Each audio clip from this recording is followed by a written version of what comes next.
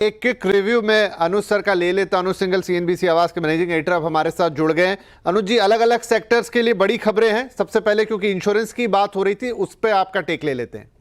बिल्कुल नहीं, देखिए विपिन जी, देखिए क्या है, इंश्योरेंस में आईटीसी मिलेगा या नहीं मिलेगा, आगे क्या होगा, ये मेरे ख्याल से थोड़ी सी टेक्निकल बातें हैं। इस समय जो लोगों को समझने की जरूरत है, जैसा कि मैं आपको पहले भी कह रहा था, इस कदम को एक छोटा कदम बिल्कुल ना समझा जाए। ये जो 1990s में इकोनॉमिक रिफॉर्म्स हुए थे, मैं इसको उस तर्ज पर रखने की बात करूंगा।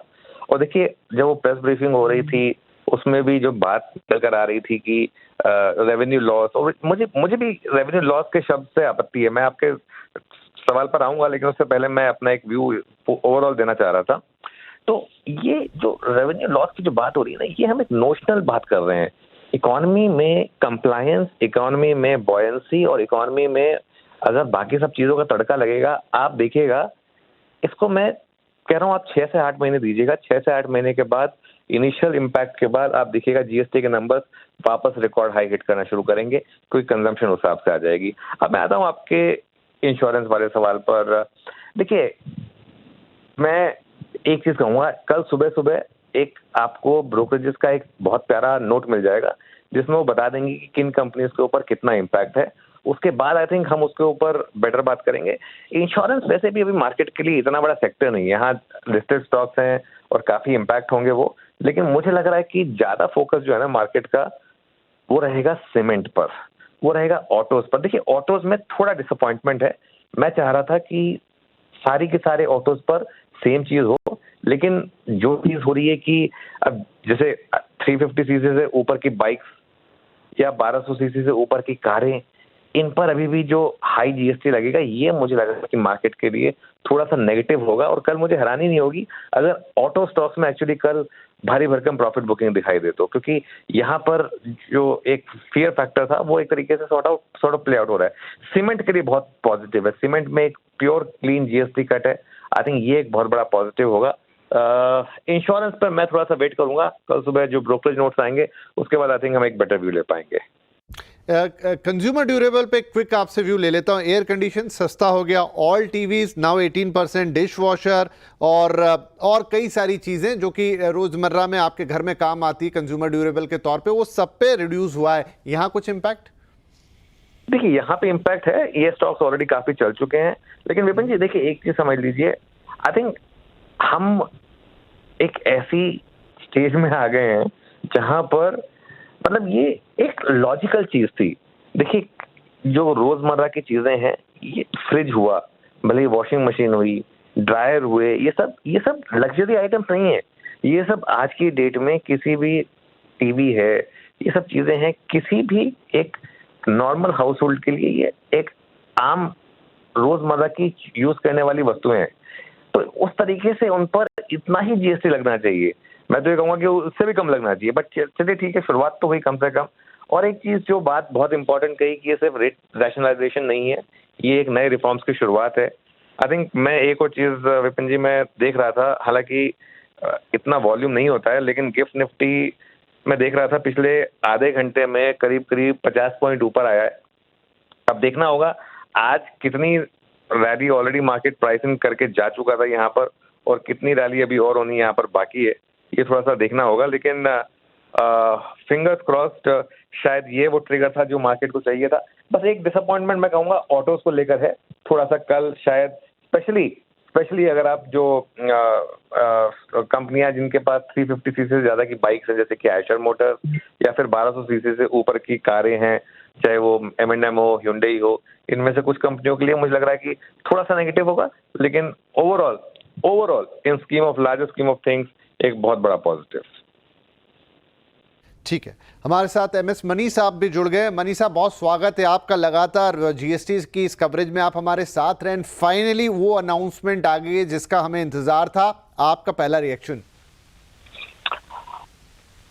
मैं समझता हूं कि आज का जो दिन है ये काफी सिमिलर है जीएसटी की शुरुआत जब हुई थी जुलाई 1, 2017 में, जहां पर आपको याद होगा कि वो अनाउंसमेंट भी रात को 12 बजे हुई थी मिडनाइट सेशन ऑफ पार्लियामेंट में, और अभी 12 बजने में कुछ 40 मिनट बाकी हैं।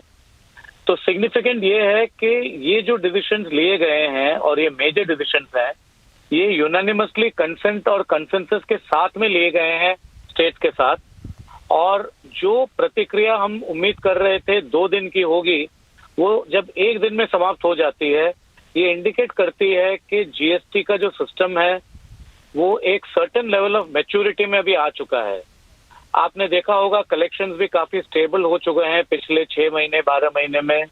और अब जब हम लार्ज स्केल चेंज कर रहे हैं रेट को 28 से 18 में, 18 से 5 में, कुछ आइटम्स के केस में 18 से निल में, 5 से निल में, इतना स्वीपिंग चेंजेस जो हम कर रहे हैं, इसको जब हम कर रहे हैं, जो कॉन्फिडेंस पॉलिसी मेकर्स के पास में है, सेंटर और स्टेट दोनों में, वो इंडिकेट करती है कि ये जो टैक्स है ये अभी मैच्योर हो चुकी है।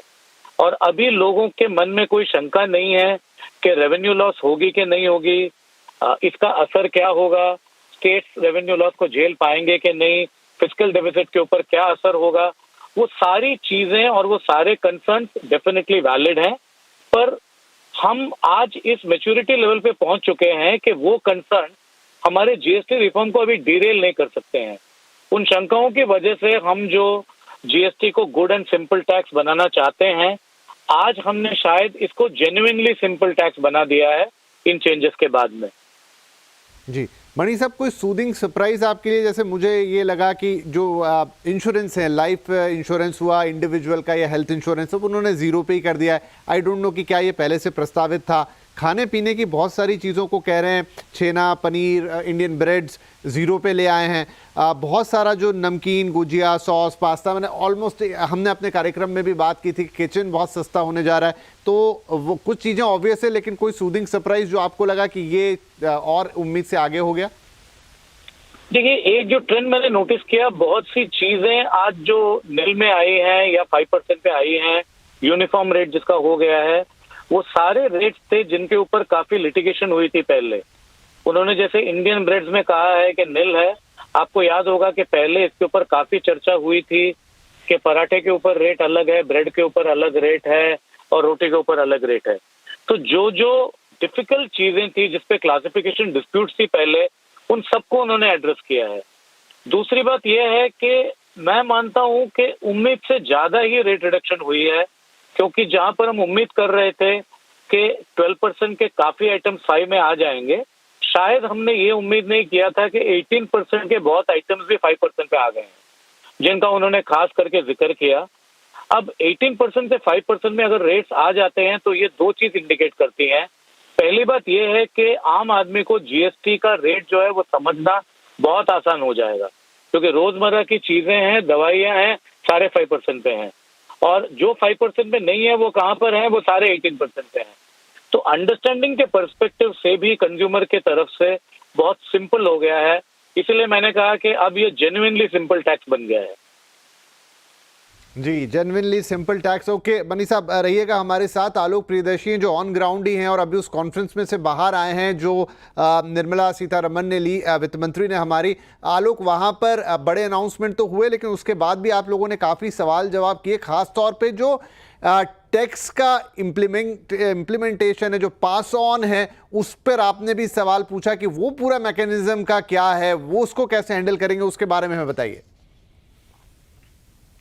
बिल्कुल, देखिए, जब सवाल पूछा गया कि ये बड़ा फैसला है, आम लोगों किसी के हितों से जुड़ा हुआ है, लेकिन ऐसा देखा गया है कि कंपनियां जो बेनिफिट है उसको पास ऑन नहीं करती हैं, तो ऐसे में क्या मैकेनिज्म है? तो इस सवाल का जवाब रेवेन्यू सेक्रेटरी अरविंद श्रीवास्तव ने दिया और कहा कि हमने जब पहले भी देखा है, इंसिडेंट्स आए हैं, तो बहुत ज़्यादा ऐसे मामले नहीं आए थे पिछली बार जब जीएसटी 2017 में लागू हुआ था।